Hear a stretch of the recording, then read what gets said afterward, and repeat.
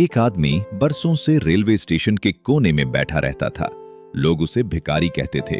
वो दिन भर हाथ फैलाता, कभी सिक्का मिल जाता, कभी नजर तक नहीं। उसे भूख से ज्यादा ये बात तोड़ती थी कि लोग उसे इंसान ही नहीं समझते थे। एक दिन एक अजनबी आया, साफ लिबास पर एतमाद चेहरा। भिखारी ने कहा, अल्लाह के वास्ते कुछ दे दो।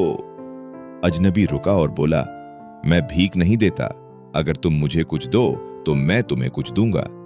भिखारी ने आहिस्ता कहा, मेरे पास कुछ नहीं।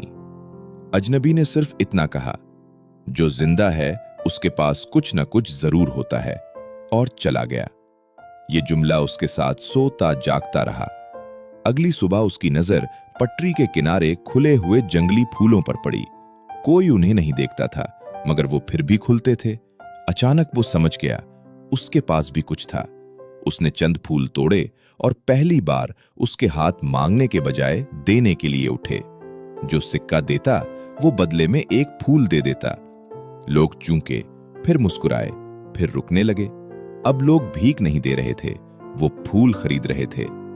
चंद महीनों बाद वो स्टेशन छोड़ गया, एक छोटा सा स्टॉल लगा लिया। वक्त गुजरा, मेहनत रंग लाई, और एक दिन वो खुद पहचान बन गया। कुछ साल बाद वही अजनबी फिर मिला। उसने कहा, आपने मेरी जिंदगी बदल दी।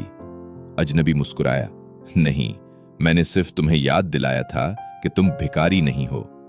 और वो जान गया, वो अमीर उस दिन नहीं बना जिस दिन उसके पास पैसा आया, बल्कि उस दिन जिस दिन उसने खुद को खाली मानना छोड़ दिया।